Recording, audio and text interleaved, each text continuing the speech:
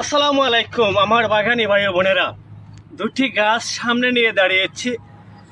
অতি সংক্ষেপে এই দুটি গাছের একটি বর্ণনা দেওয়ার চেষ্টা করব।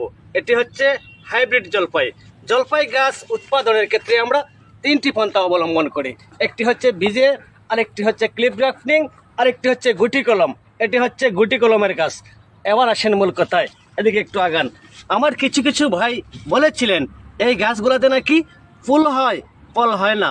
আল্লাহর রহমতে আমি দেখতে পাচ্ছি শত শত অসংখ্য অগণিত ফল এখান থেকে সেট হওয়া শুরু করে দিয়েছে। ভাই অবশ্যই বুঝতে হবে জাত কোনটা। জাত যদি ঠিক থাকে ফল অবশ্যই হবে। দুটি গাছ দেখে সত্যি নয়ন জুড়িয়ে যায়। মাশাআল্লাহ, দেখছেন এক গাছে অনেকগুলা ফল সেট হইতেছে। দেখেন প্রত্যেকটি ফুলের